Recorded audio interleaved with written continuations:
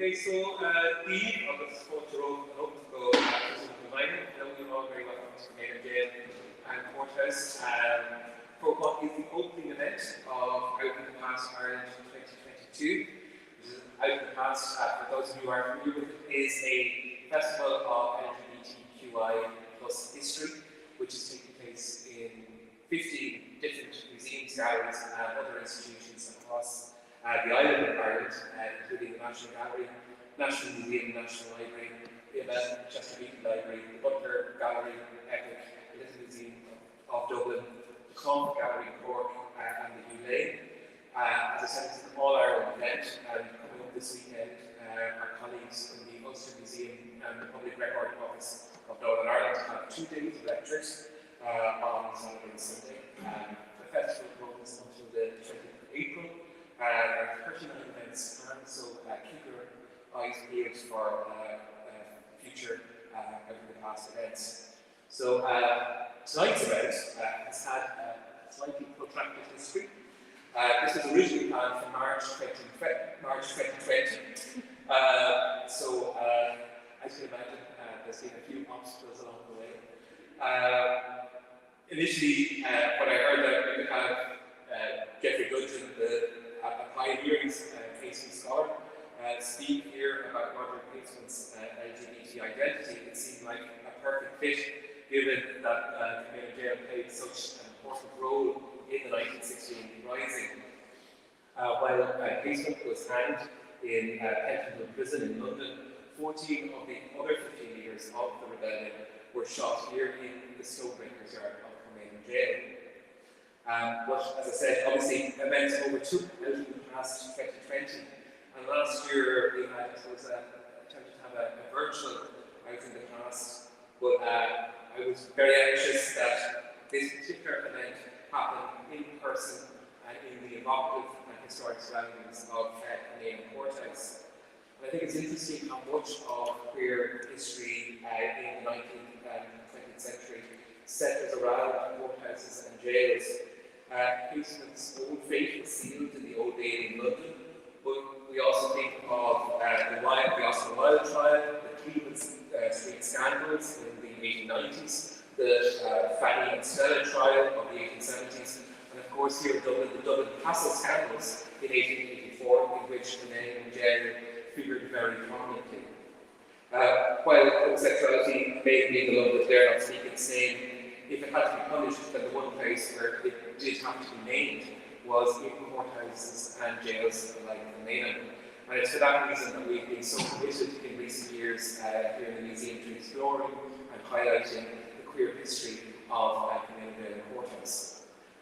Ironically, while courts have been used to punish LGBT people in the past, they have also been crucial in our liberation. And this brings me to our very distinguished speaker this evening. Just as the case brought by David Norris to the European Court of Human Rights led to the decriminalisation of homosexuality in the Republic in 1993, a case brought to the same court by Jeffrey Dudgeon a decade earlier in 1981 led to the decriminalisation of homosexuality in Northern Ireland in 1982. He's also been a leading member of the Northern Ireland Gay Rights Association since its foundation in 1975 and continues to be active on gay law reform issues. In 2002, he published Roderick Casement, The Black Diaries, with a study of his background, sexuality and Irish political life. A second extended edition came out in 2016 and a third in 2019. And I think all scholars of Casement is even interested in his life and history owe a huge debt to Jeffrey for finally making these diaries accessible to the general public. Jeffrey was elected as an Ulster Unionist councillor to Belfast City Council in 2014. So I think interestingly, while it's no longer daring to talk about LGBT issues in Canadian jail, I think Jeffrey might be the first Unionist politician certainly to speak at this stage since independence. So a big moment basically. I'm sure to get a grant. He was also awarded an MBE in 2012 for services to the lesbian, gay, bisexual and transgender community in Northern Ireland. So it's my great honour to introduce our speaker this evening, Jeffrey Dudgeon.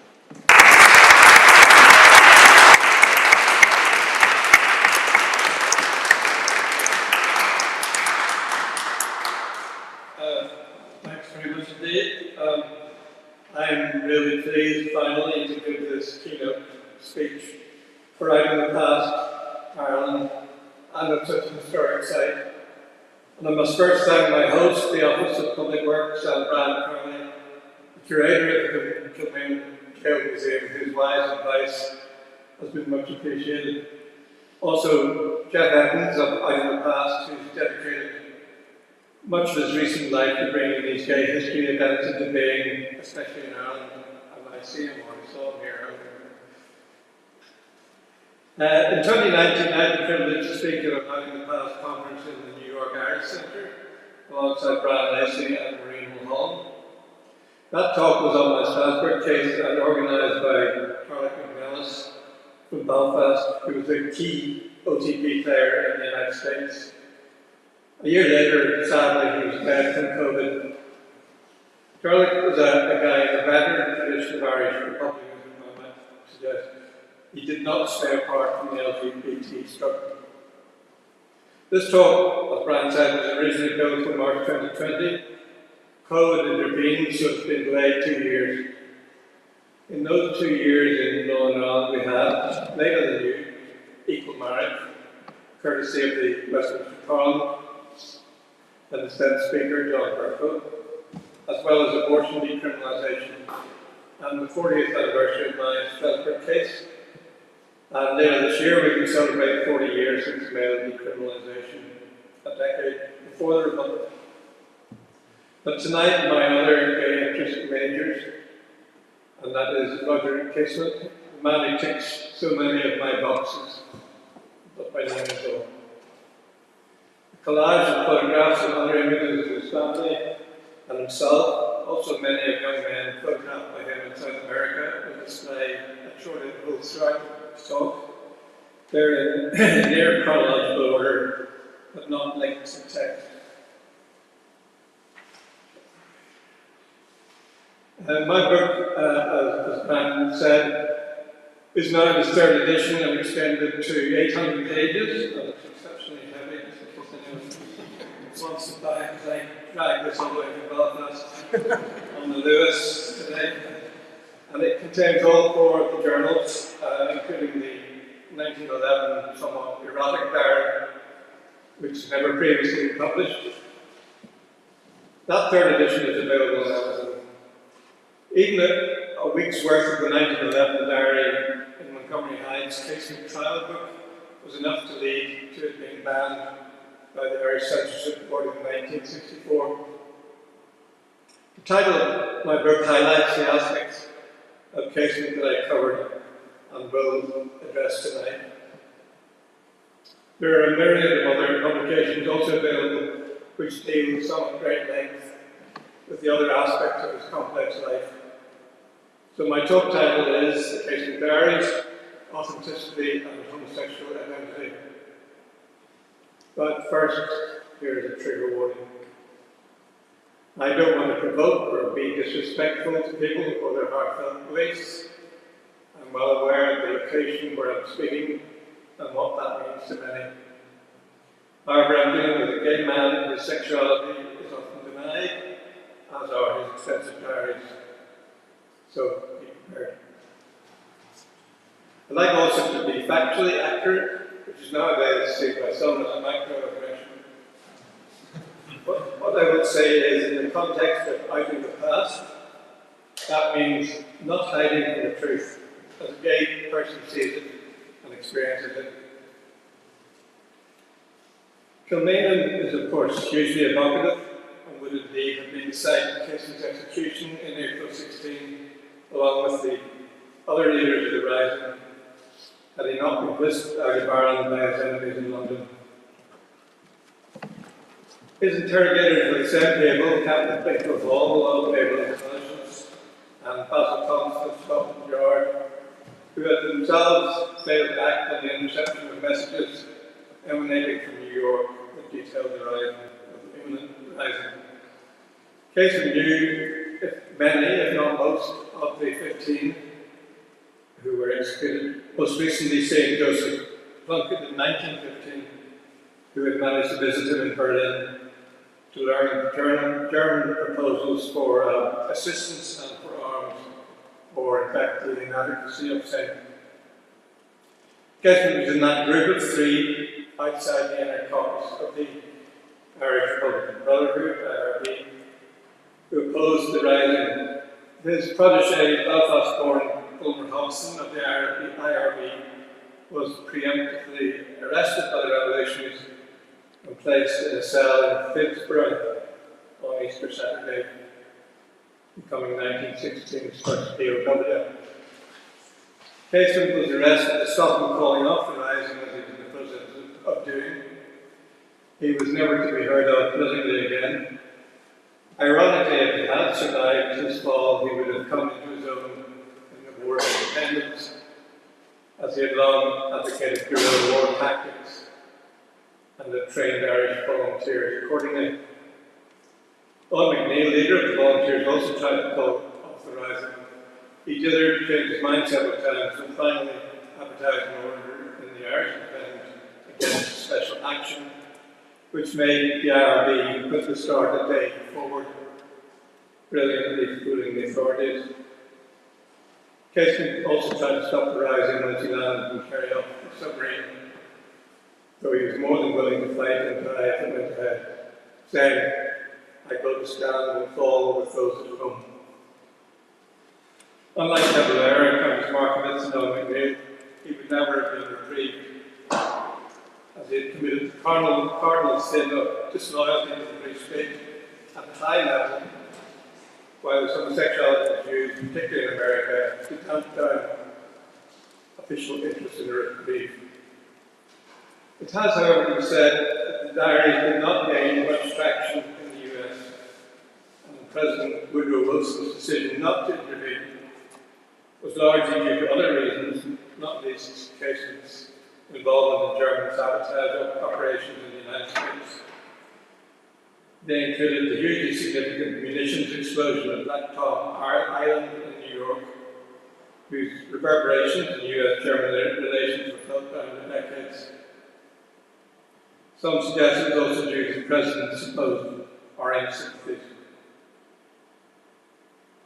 There are many similarities between myself and Casement, which probably bring me to the subject, but there are and certainly came to be huge differences.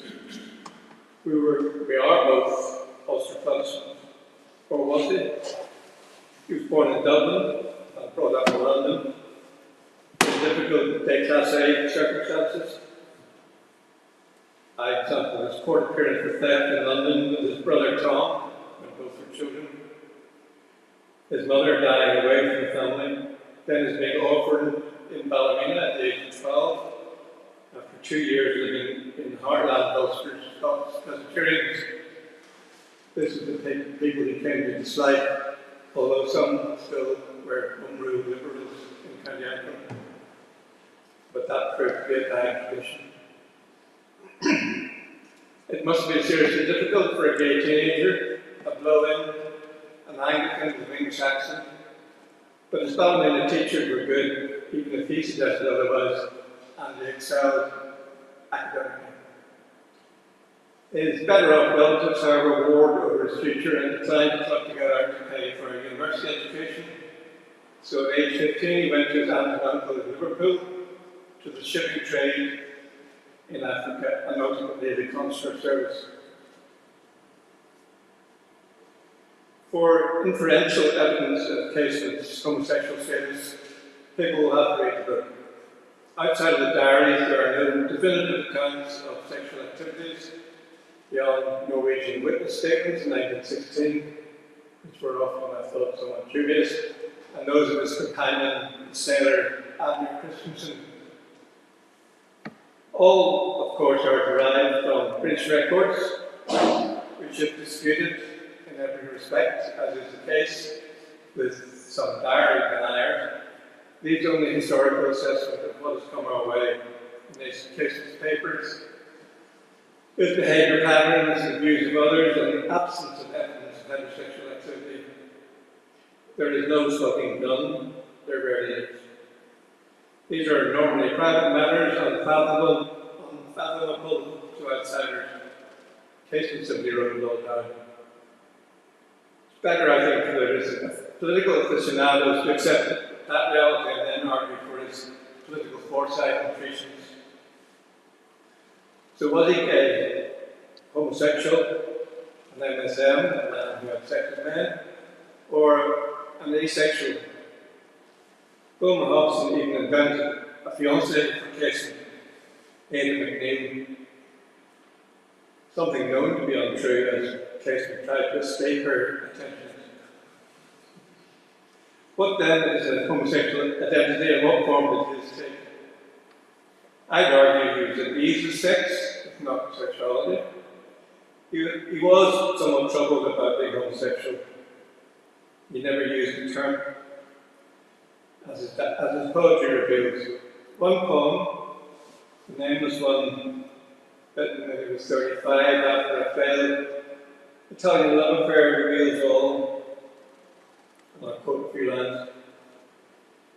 No human hand to steal to mine, no loving eye to answer and shine.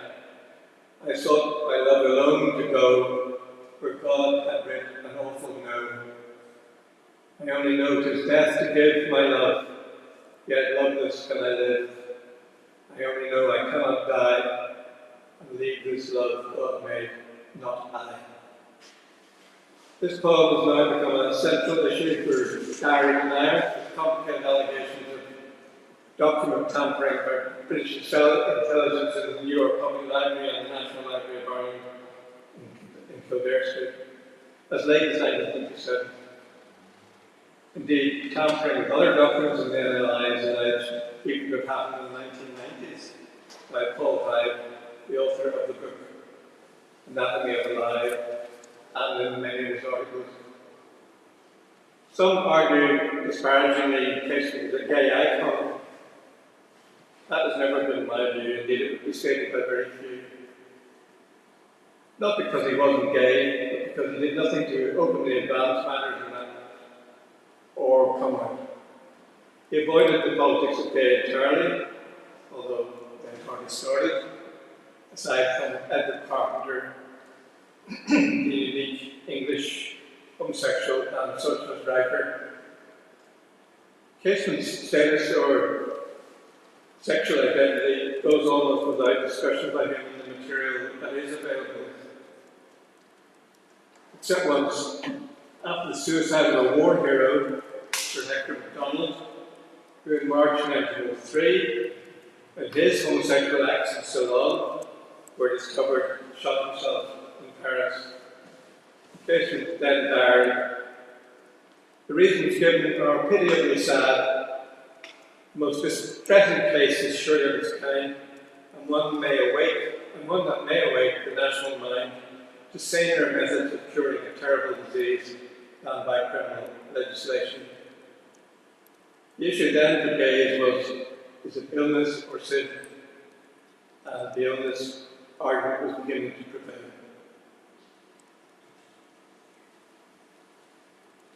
So was Casement known to be gay?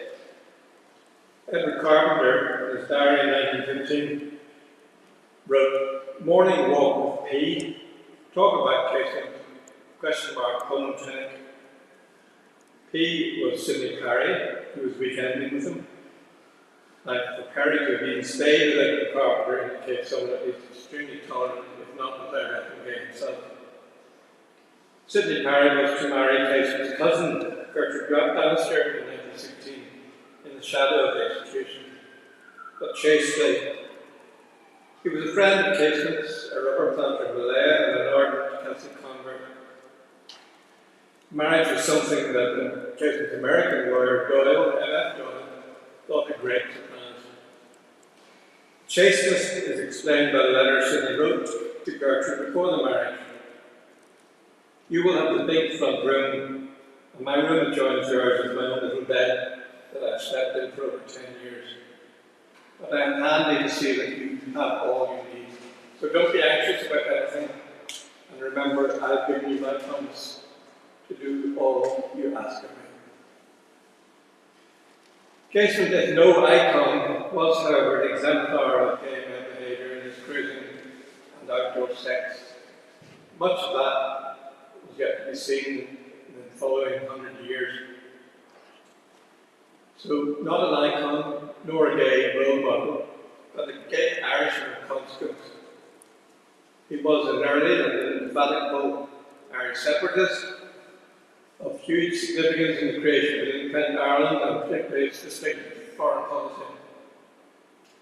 Even though the founding fathers and their children have died, and while its creation myths have receded, Casement's legacy to the Irish Free State and its successors has not diminished. So what formed his homosexual identity? His dislocated domestic and family background reveals he was streetwise and unknown from an early age. He was big and matured early. The Diaries, written from his late 30s, suggest he was entirely self-aware and a skilled operator in different contexts, if given to rapidly formed and short-lived romantic notions about young men met along the way. There are strong similarities between Oscar Wilde and Casement. They were both Dublin-born, left for a career in England. Both had opinionated and difficult parents. Both had strong mothers. Speranza Wilde and her early Irish Gaelic poetry and folklore. And Annie Casement, a Dublin Protestant, baptised in St George's in Harvard Place, who converted to Catholicism, but only after her marriage. Both men had strong and financially feckless fathers, although Casement's father was more embittered and less successful than Wilde's. Casement's 1911 cash ledger provides a clue to his early gay awakening. He wrote on Wednesday, 10th of May 1911, "Glorious day, to Ballymena and back, 4 shillings. Very hot indeed. To old Turnpool by Braid and Devon Burn of November 1877, 3 exclamation marks. Rippling in brown and swift, and there too when I plunged across in March 29, glorious boys of Erin, big and fair." The Turnpool, the deep Turnpool in the Braid River is on the Galborn Castle estate, the home of the young family of Ballymena, which the boy Casement often visited when boarding at the, or when being educated at the nearby Dowson School, now built Ballymena Academy. The ledger entry is very revealing, as Casement is reminded of events and boys out swimming in 1877, when he was 13, and later in 1879, when he was 14. It seems that as a young teenager, he was observing other men sexually, and his desires and orientation were already fixed. He was also intellectually voracious, and though he left school at 15, was educated to what might be reckoned PhD level today. Casement certainly put the sex back into homosexuality when it comes to the Diaries. There's nothing else like them from before the 39-45 war, for their descriptions, albeit terse, of both sex and cruising. Some complain it is prurient to this aspect. Colin Tobin, for one, has argued otherwise. When, as a gay reader who studied the hastily written diaries, full of shorthand, full of the strangeness of the night, on the edge of a park in an old city, you know, as a non-gay reader might not, but most of the time these ring true, and are probably what Casement actually did on the day. Unlikely as this may be to those with another sexual persuasion. Angus Mitchell, who is the most prominent modern Diaries believed Colin to be an ad, that the Diaries do not serve the gay community or merit a place in 20th century homosexual literature. To be an ad, Colin was produced, Mitchell has produced some textual evidence to support the forgery theory, none of which is convincing or conclusive. George Bernard Shaw, he also wrote, said that if the diaries were Casement's, they proved him to be a disgustingly unpleasant person.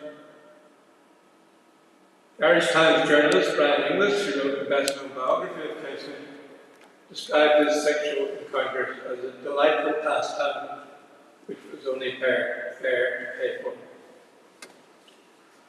When it comes to the diaries and the question of whether Casement was even gay, let alone their author, we hit another issue.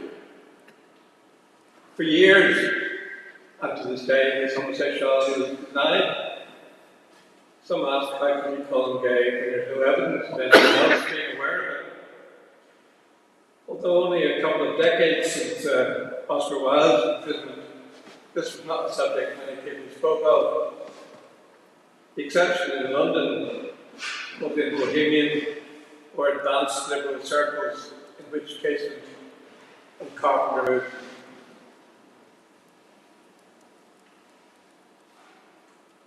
Up front, lesbians, gays and bisexuals were consequently able to be quite bold in their street behaviour, and until fairly recently, most observers would just have been baffled. Nowadays, with almost all pedestrians glued to their phones, you can still get away with a great deal. So who knew or surmised he was homosexual? Outside of Sydney Parish Circle. I must first quote from a friend and fellow Casement researcher, John O'Loughlin, who memorably told me, nobody was more surprised than my wife when I came out as gay. I have detected sufficient inferences to gauge that Casement solicitor George Gavin Duffy knew, as did Alice Stockford Green, his mentor. Their non-denials and evasions speak loudly. Both were worldly, although Gavin Duffy was a strong Catholic, while Alice a Protestant of sorts. She was certainly clear in 1926, advising how to protect the Belfast Antiquarian F.J. Bigger's reputation from gossip after his death. Some of his nationalist acquaintances reckoned he too was gay. Gavin Duffy made a general policy pronouncement during the trial. The suggestion I should take any notice of the allegations about a diary belonging to Roger Casement does not commend itself to me. No such diary has the remotest connection to the case in which I'm engaged, and these rumours are simply spread about from the lowest and most malicious motives, a proceeding which is beneath contempt, and which it would be preposterous to expect me to notice. The virtue of this lofty tack was that it did not deny the diaries, but simply declined to give the newspaper stories of perversion credence by offering any comment. Duffy maintained that position for years, damping down excited tales of Casement, refuting the diaries by M.F. Doyle, and of the opposite put about by Casement's barrister, Sergeant Sullivan. Casement's cousin Gertrude certainly resisted the knowledge defensively, but many dramatists have portrayed her believing otherwise. The first archive mention of Casement being homosexual outside the diaries comes in 1914, in a flurry of messages from the British legation in Oslo, just after Anna Christensen arrived to portray Casement for the first time. The second time was in the United States in 1916. Adler Christensen had met Casement in South America, and then in 1914 by chance on New York's Broadway. Against the advice of the American nationalist John Du Bois, Casement continued to trust and use him, even though Du Bois advised of his fleeing. Adler was, in fact, a sociopath whose career ended in addiction to opium and an early death in a Paris prison. Interestingly, I'd been contacted by the North American descendants of two of his wives, two of his three wives, and by one of Casement's Caribbean boyfriends, and none dispute the nature of their relatives' relationship with him. The key question has to be, why should evidence of sexual orientation, where gays are concerned, require almost photographic proof, where straight sexuality is taken for granted? Turning now from sexual identity to diary authenticity, there have been a number of shifts amongst those who do not accept that the diaries were authored by Casement. The first view predominated until the 1950s and was led by the Dublin eye surgeon Dr. Herbert Mackey, who wrote a number of books and pamphlets disputing authenticity and on Casement's life and poetry. His argument was coloured by seeing Casement as a patriot and martyr. That status was accentuated by the extra trial before and after the execution, when Casement's reputation was sullied by England's use of the diaries to destroy his reputation.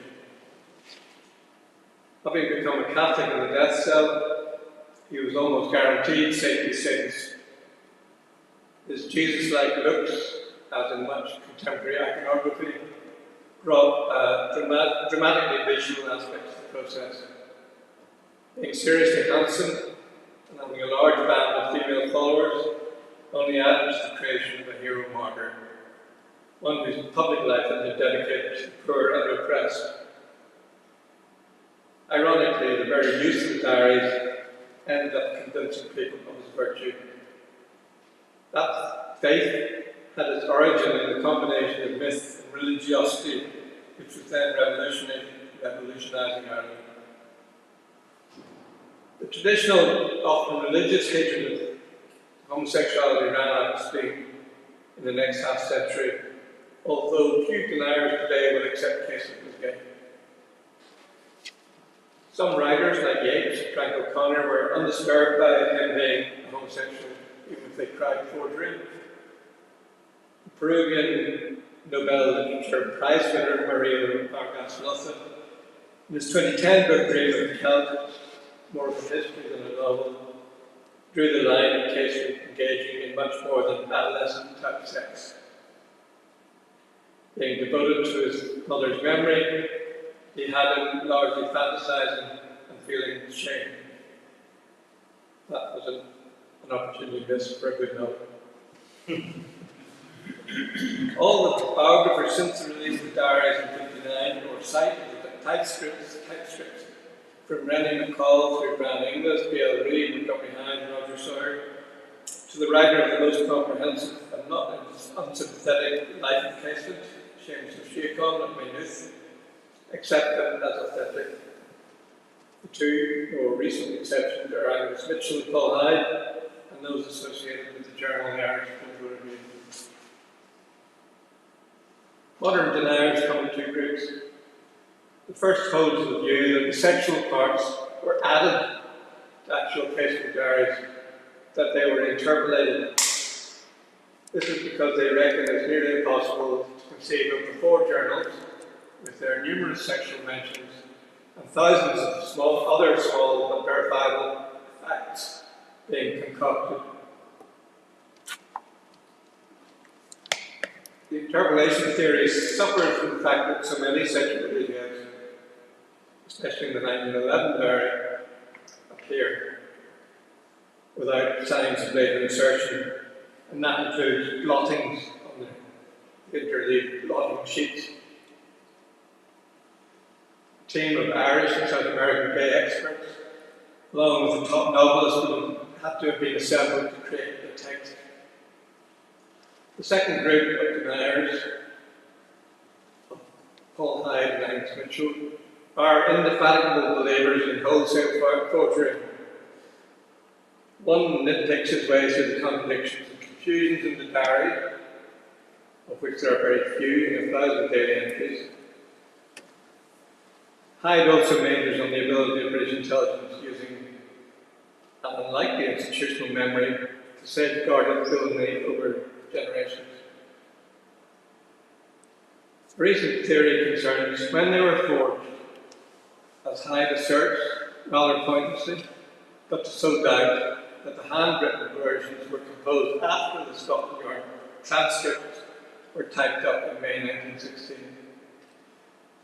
Of this, or forgery itself, there is not a fragment of evidence in the often messy official records, be they from the Home Office, Foreign Office, Metropolitan Police, or MI5. The other biographer, Angus Mitchell, dwells on the colonial and imperial aspect of the archives, as well as the intelligence services. He mystifies the issue while complaining that the Casement is locked in a barren focus on his sexuality. In truth, it is he and others who ensure that is where the focus is fixed. Mitchell and former Finfall TD Dr. Martin Manser are hugs with their own guitars when they claim the diarist was a psychopathic predator and a pederastic exploiter, or someone who had absolutely no conscience in regard to his own sexual life. It's one thing to argue forgery, but another to regard the diarist as a sexual monster.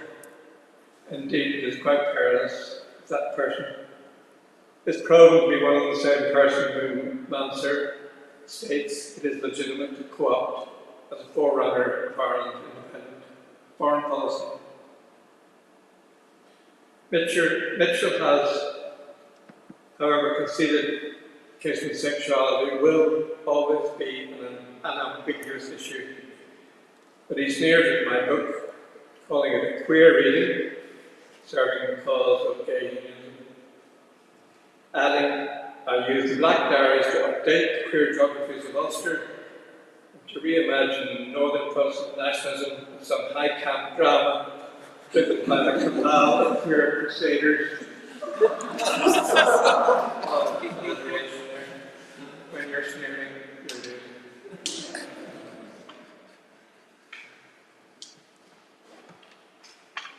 It's important to point out that the diaries do not depict sex with Amazonian forest Indians or Africans in Congo jungle, people who might be categorized as exploited persons or natives of those countries. Casement records things sexually saw everywhere, but his acts were in urban settings. I argue instead that another yet serious effect of forgery controversy is that Casement's views and actions in relation to Ulster go unexamined. Suffice to say, he got that seriously wrong in my view, but he was not alone. The rising centenary commemorations in 2016, however, illustrated the difficulties faced in Dublin. Casement's gayness was indeed celebrated, but it was separated from his nationalism. Tim O'Sullivan, a trenchant critic of those events, wrote in the Irish Political Review in May 16 of how the touring ballet Casement project made no mention of Casement's views in the Great War. It did not mention how in his writings he predicted the war before it began. It did not mention his published book, The Crime Against Europe. Did not treat him as a man of ideas. Casement's mind and brain were ignored in favour of his anus. Casement's writing on the looming European war were in many ways prescient, and I have, probably correctly, been accused of neglecting them.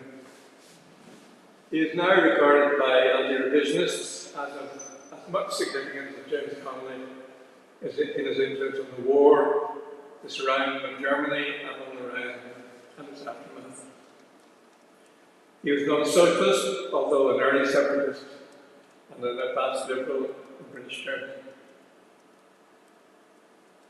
The Irish Political Review writer Jack Lane disagrees, saying he was not a separatist, but a liberal imperialist who turned against the English Empire.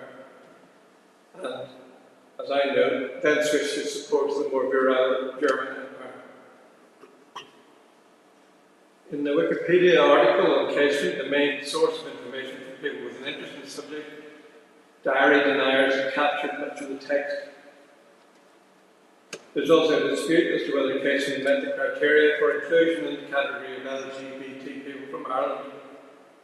One critic of exclusion wrote, "Those who oppose inclusion might reflect the imputation of homosexuality as a negative only in the minds of homophobes."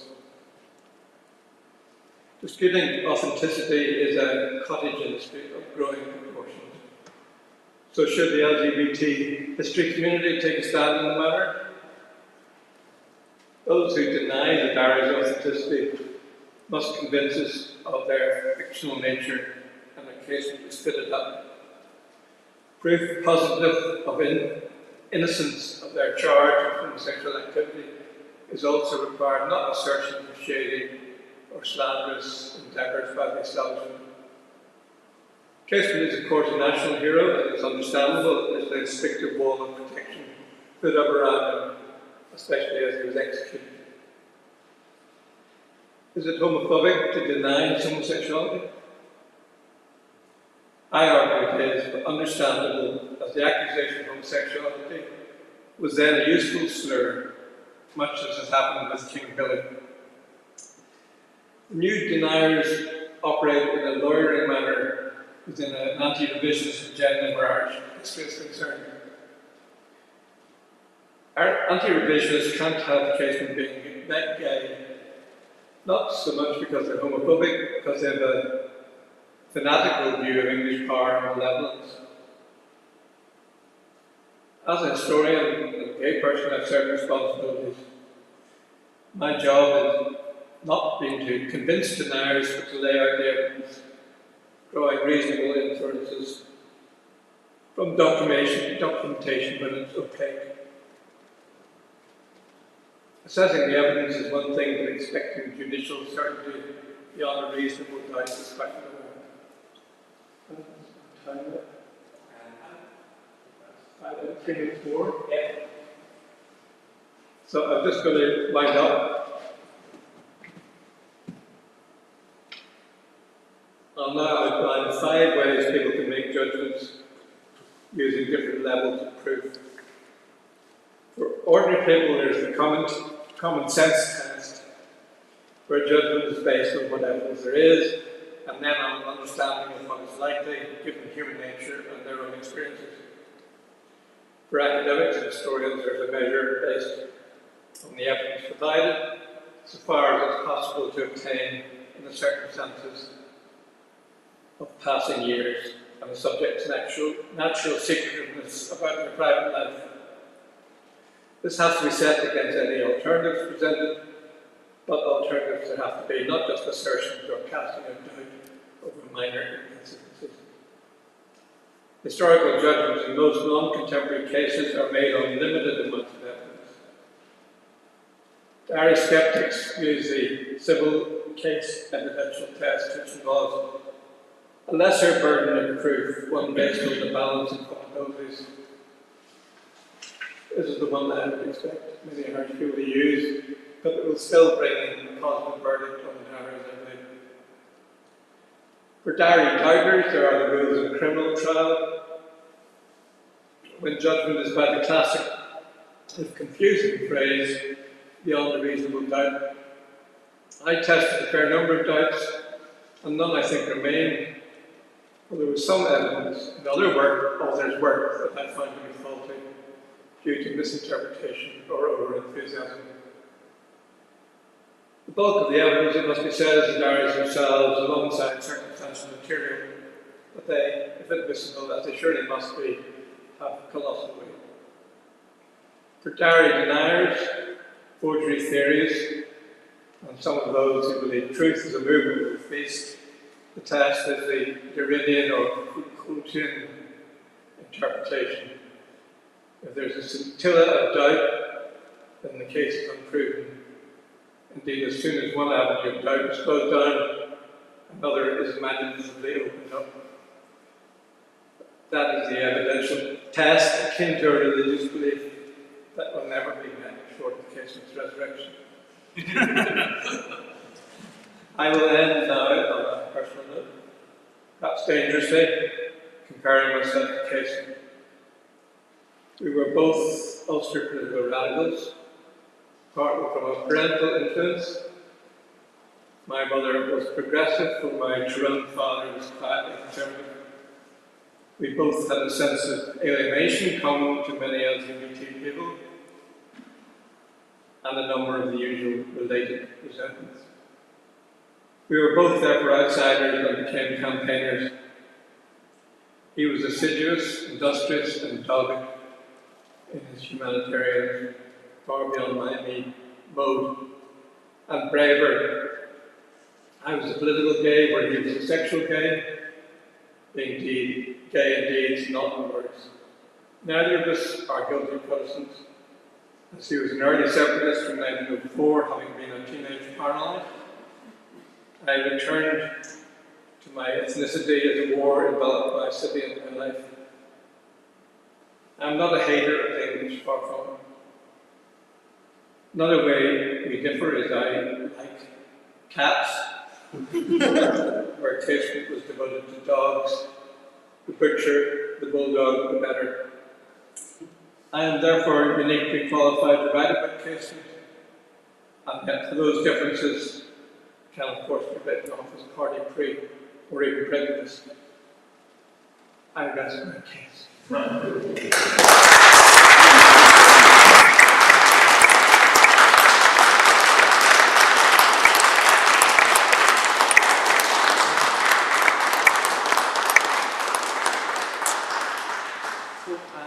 have time for some questions. Any questions? So I certainly do. And it just relates to something you said just towards the end of your lecture, in relation to his status as an outsider because of his sexuality. Do you think that influenced why he ended up sympathising with other groups that he saw as being marginalised and discriminated against? Yeah, that's an interesting point. I know it has been disputed, but I would say yes. I think people from an LGBT background could see the world differently in many cases from an early age and disagree with a lot of the certainties that maybe they were brought up with, and are thus willing and able to adopt new ideas or different ideas. Some go so far as to suggest gays are a catalyst for change. And I think in Casement's case, if you think in terms of race, he was remarkably progressive and advanced in the 1910s, compared to probably 96% of people around him or in the world at the time. But yet, actually, if you read some of his remarks about people of different races, as written in the diaries and letters, you blanch. So it proves that things change as you go along, but no question that people who are gay can be very progressist, if you want to call it that. However, a lot of gay men are not. Can be quite traditional, conservative, monarchists even. So that doesn't always apply.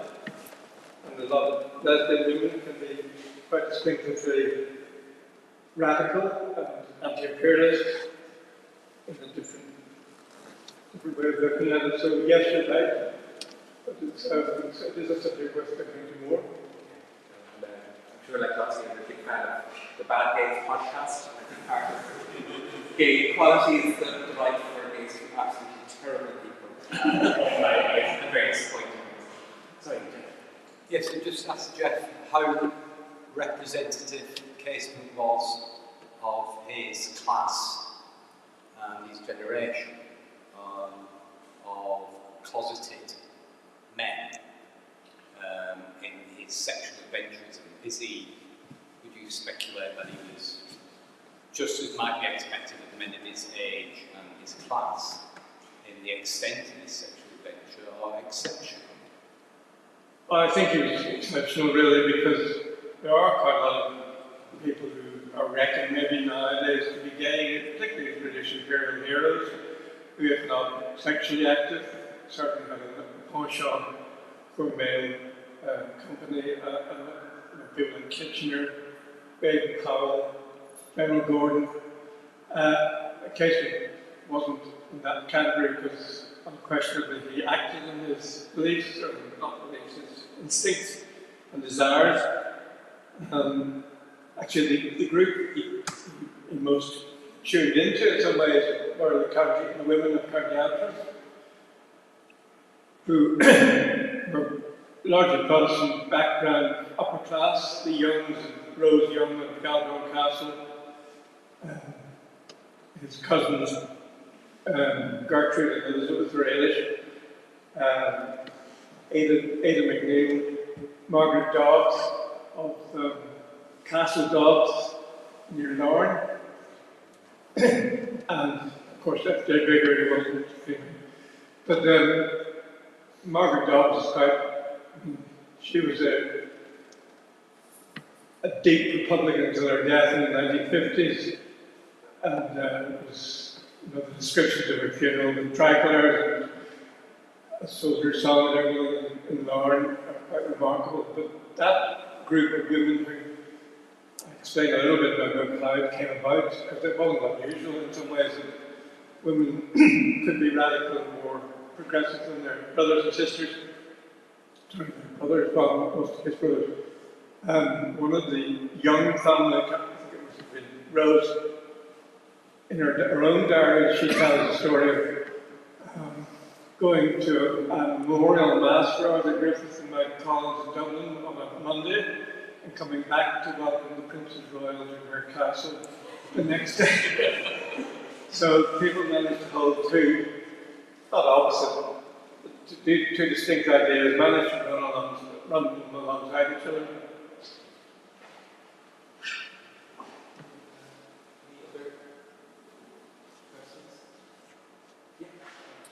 Thank you so much for a fantastic talk. I really enjoyed it. And there's one thing I came across from a very amateurish reading of the authenticity of the diaries was that they were produced to the delegation negotiating the Anglo-Irish Treaty in 1921, I think.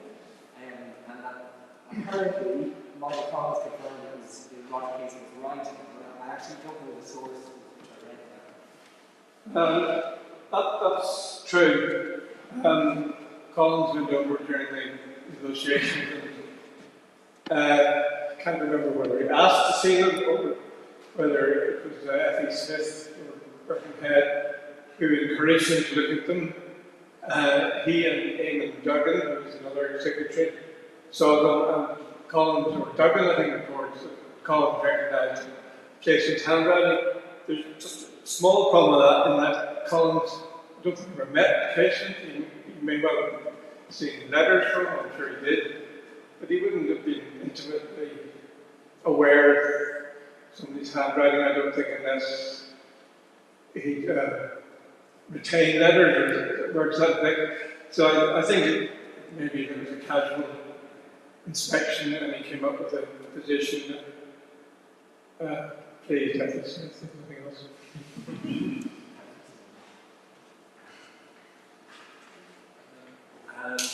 Just one other thing that again, we were talking about Mario Vargas' take and his emphasis on this Casement as a figure full of shame.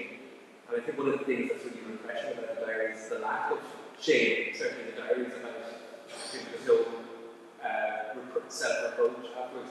Do you think that was maybe for some of the deniers part of the problem, that he pursued sex and seemed to enjoy it? Whose problem? I mean, it's those who would deny their authenticity. Do you think he was full of more self-reproach that they would be? Yeah, I think Mario Vargas says that, an indication of something that I actually met him in Belfast, one of the pictures.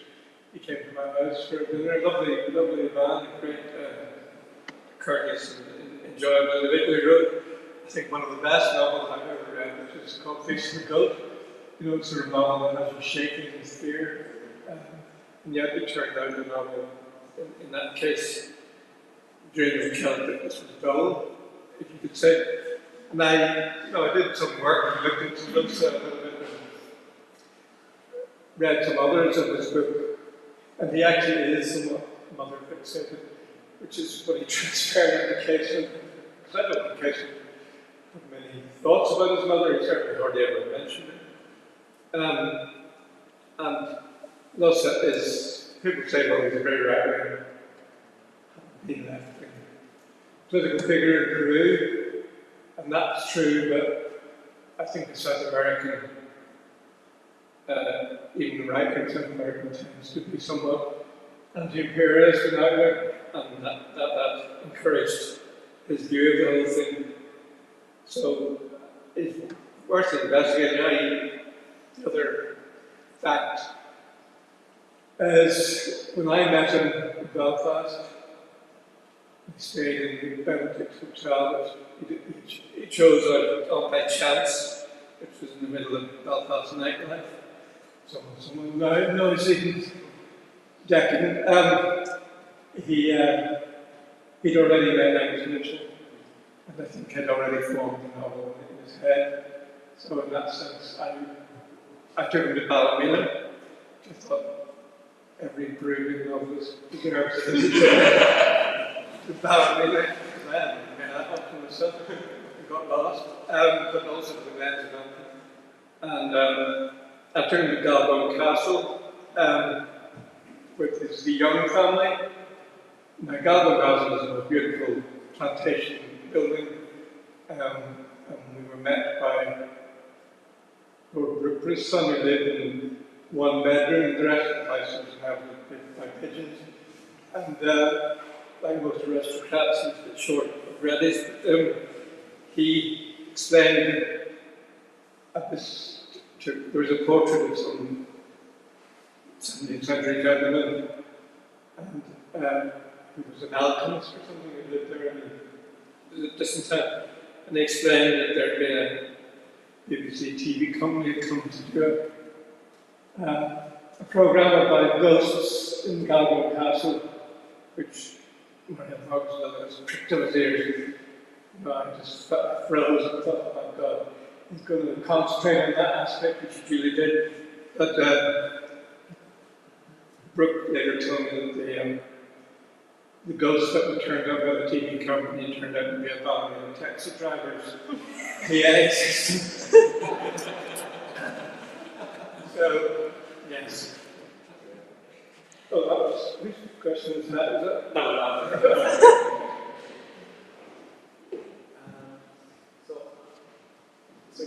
Jeffrey, I'm always suspicious of deathbed conversions to Catholicism and Casement converting in his death cell. Is there anything in the diaries prior to that conversion of him admiring the Catholic missionaries because they were Catholic and admiring the Catholic Church? Good question. It's an important question. I mean, some of the stories are myths, but they're just inaccuracies around the Casement, rather than his mother was a Catholic and his father a Protestant when they married, and they were both from a Protestant background. But his mother certainly converted, as I said, to the Roman Catholic Church. Casement had a dislike of the Church of Ireland.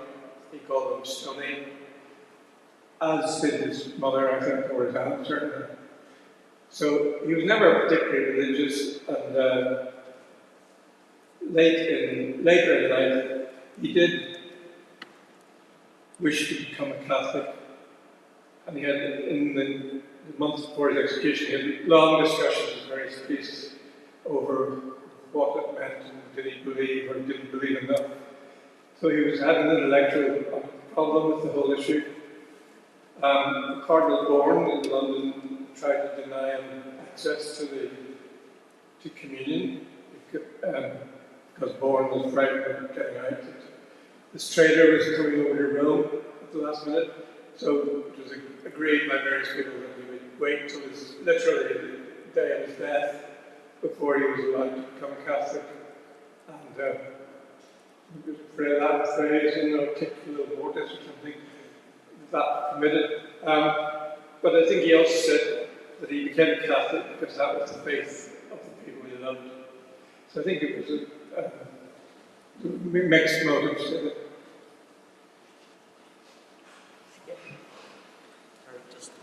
Just something back to Brian's question around shame. And I was just wondering, is there much in the diaries about the fear of discovery of the diaries themselves? And was there any kind of reluctance or an expression of, concern about writing or noting all of this down? Because obviously, part of the diaries is this kind of idea that he was noting all of outdoor sex. So is this kind of a mercenary kind of approach to sexuality, and that he was kind of seeking discovery or seeking to have this discovered about him? Or is there any kind of fear that that these documents will be uncovered? He seemed totally thoughtless about retaining his diaries. But he also, his luggage was parked here, there, and everywhere. He was literally, that materials were found eventually in London, but he had luggage in New York and Belfast, and the trunk of material was looked at by Art O'Brien and George Calvin Duffy in 1915.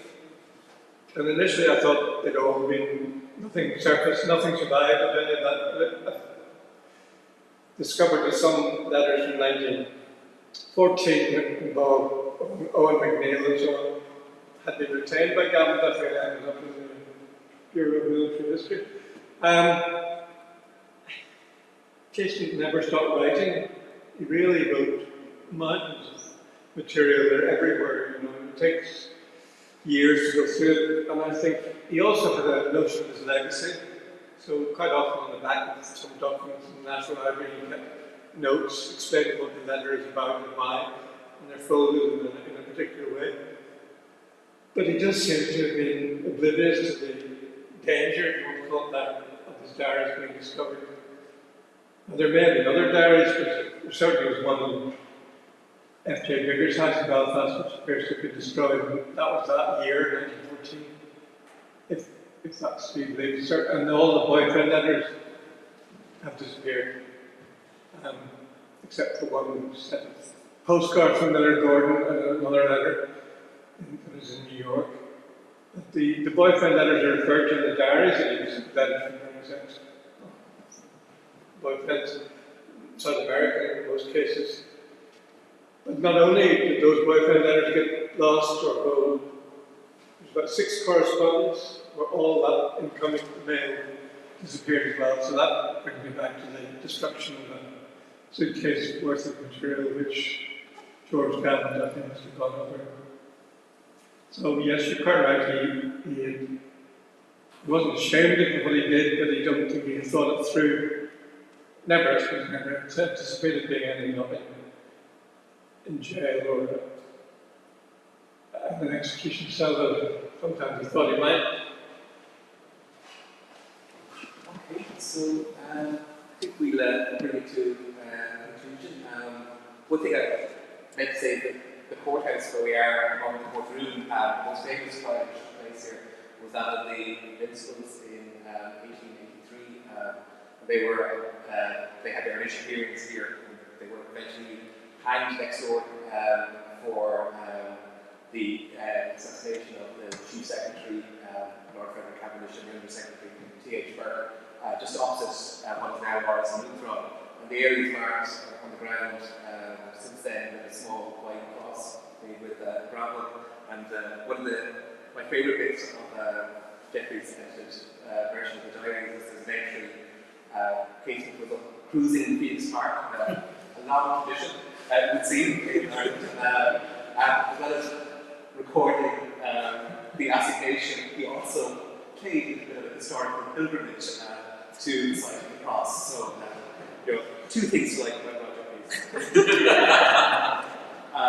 So just before we finish, just a few thanks. Thanks to Alice Lennon and Lisa Connell from Gay Community News. We'll be live streamed here this evening on their channels.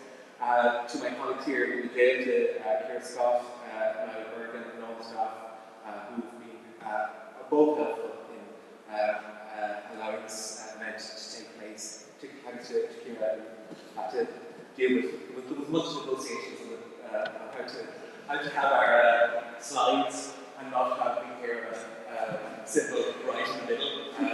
As our first reading as a politician, I felt a little bit regarding the stand with the Irish Army. To also just, my colleagues in the past, to Kate Mann from the National Gallery, Ashley Dunn from the National Museum, and also Judith Finley, who's late in the National Museum is here tonight. So thank you very much. And just a reminder, as I said, this is the beginning of a month-long festival of LGBT history. And as I said, the next events are going to be maybe appropriately enough in Belfast tomorrow, so we'll keep an eye out for them. We'll try to week try the month rather, in different institutions and museums across the island. And finally, thanks also to Jeff Evans from out in the past. UK was the person who first told me that he would be able to arrange for Jeffrey Dudgeon to come here to talk to us tonight. I just thank Jeff for his support for out in the past year in Ireland. So for the rest of you, I just wish you a very happy rest week and St. Patrick's Day weekend, and thank you very much for coming along tonight. And I suppose the main thanks, of course, go to our speaker tonight, Jeffrey Dudgeon, whose book, our slides got stuck, but it's stuck in the one advertising his book. And as the husband of a former bookseller, it's important to but I said a real revelation, not just about Casement, but as Jeff has said, it's kind of unique just as an insight into the lives of gay people in the 19th century. There really is nothing like it. So, as I said, buy it in good bookshops and online if that's your preference. Okay.